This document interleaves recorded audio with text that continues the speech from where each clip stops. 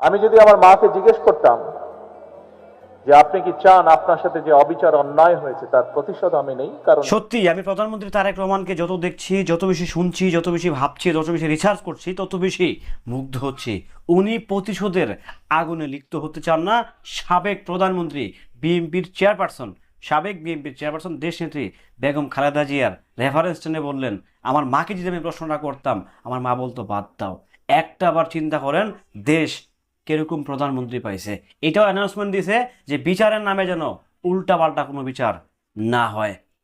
It's great, really আমার মন থেকে সেলুটটা আসছে, ভালোবাসা দোয়া সত্যি প্রধানমন্ত্রীর প্রতি আমার বেড়ে যাচ্ছে।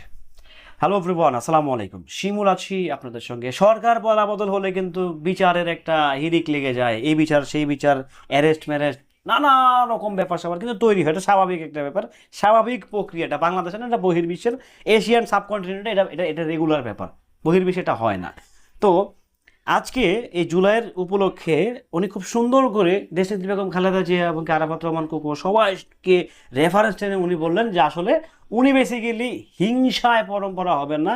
কারণ দেখেন, মাননীয় প্রধানমন্ত্রীর উপরে কিন্তু অনেক টর্চার হয়েছে প্রিভিয়াস যে গভর্নমেন্ট ছিল, ফখরুদ্দিন আহমেদ। হ্যাঁ, মানে উনি কিন্তু মানে হিউজ আকারে টর্চার করছে, এটা তো সত্যি কথা। উনি এখনও ওনার ব্যথা হয়। সো তারপরেও দেখেন, উনি কোনো প্রকারের কোনো হিংসায় পরম্পরা কিংবা হিংসা উনি আবার এটাও বললেন যে আল্লাহ আমাকে ক্ষমতা দিছে, বাট আমি সেই ক্ষমতাটাকে মিস ইউজ করতে চাই না। চিন্তা করেন, একটা দেশের প্রধানমন্ত্রী কতটা জনবান্ধব হলে, কতটা দেশবান্ধব হলে এই কথাগুলো বলতে পারে। সিরিয়াসলি তো উনি চাইলেই তো বিচার করতে পারেন, উনি চাইলেই এখন দেশ বিদেশ থেকে ধরে এদেরকে এনে লটকাইতে পারেন, আনডাউটলি লটকাতে পারেন, বাট উনি সেই কাজটা করবেন না। তাহলে প্রিভিয়াস গভর্নমেন্ট কিংবা তার আগের গভর্নমেন্টের কিংবা তার আগের গভর্নমেন্টের যা অত্যাচারগুলো ছিল, তাহলে তার মধ্যে তফাৎ কোথায়, পার্থক্য কোথায়, এটাই উনি তুলে ধরছেন। আর দেশনেত্রী বেগম খালেদা জিয়া, ও মাই গড, ইটস আউটস্ট্যান্ডিং পার্সন ছিল, এটা তো সবাই জানেন। উনি বাংলাদেশের আপসীন নেত্রী, ঠিক আছে। সো আসলে এই পরিবারটা অলওয়েজ স্যাক্রিফাইস করতে স্বাচ্ছন্দ্য বোধ করে, অলওয়েজ।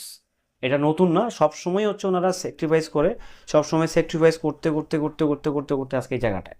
সো এই পরিবারটাকে কিংবা জিয়া পরিবারটাকে যদি আপনারা ছোটো করে দেখেন, এটা আসলে ছোটো করার কোনো অবকাশ নাই। এই পরিবারটা সবসময় দেশের জন্য, দশের জন্য ফাইট করে আসছে, সব সময় ফাইট করে। যে আজকে ওনার একটা অপিনিয়ন, প্রধানমন্ত্রী যে দেশের রাষ্ট্রপ্রধান, সে কি বললো যে উনি হিংসায় পরম্পিত হয়ে উনি বিচারটা করতে চান না।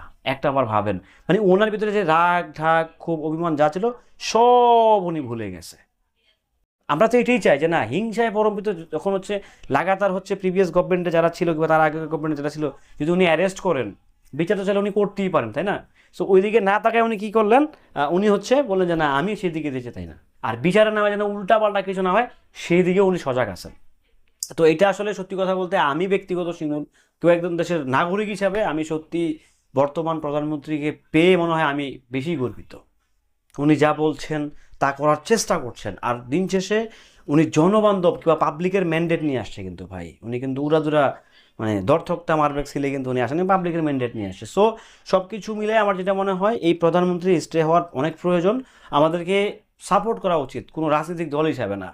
মানে আমি তো কোনো দলই করি না, সো আমাকেও সাপোর্ট করা উচিত, আপনাদেরকেও সাপোর্ট করুন দেশের স্বার্থে। ভালো থাকবেন, সুস্থ থাকবেন। প্রধানমন্ত্রীর এই ব্যাপার স্যাপারগুলো কেমন লাগছে আপনারা জানিয়ে যাবেন। আল্লাহ হাফেজ।